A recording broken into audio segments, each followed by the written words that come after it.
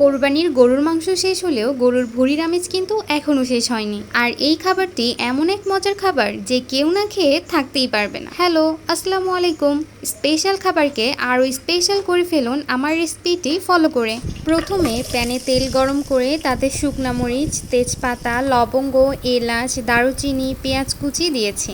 পেঁয়াজ বাদামি হয়ে আসলে তাতে আদা ও রসুন বাটা দিয়ে সামান্য পানি অ্যাড করে দিলাম হলুদ গুঁড়া, মরিচ গুঁড়া, ধনিয়া গুঁড়া এবং স্বাদ মতো লবণ। এখন মশলাগুলো কিছুটা সময় নিয়ে কষিয়ে তাতে দিয়ে দিলাম পরিষ্কার করে ছোট ছোট টুকরা করে রাখা গরুর ভুঁড়িগুলো।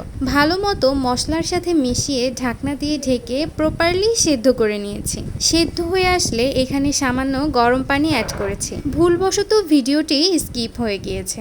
এখন রান্নার শেষ পর্যায়ে কাঁচামরিচ, গরম মশলা, জিরা গুঁড়া এবং পেঁয়াজ বেরেস্তা দিয়ে নেড়েচেড়ে নিলেই রেডি আমাদের সকলের পছন্দের মজাদার এই খাবারটি। রেসিপিটি কেমন হয়েছে তা কিন্তু কমেন্ট করে জানাতে একদমই ভুলবেন না। আর আপনার কমেন্ট দেখে চলে যাব আপনার পরিবারে। সকলে ভালো থাকবেন, সুস্থ থাকবেন। সবাইকে আল্লাহ হাফেজ।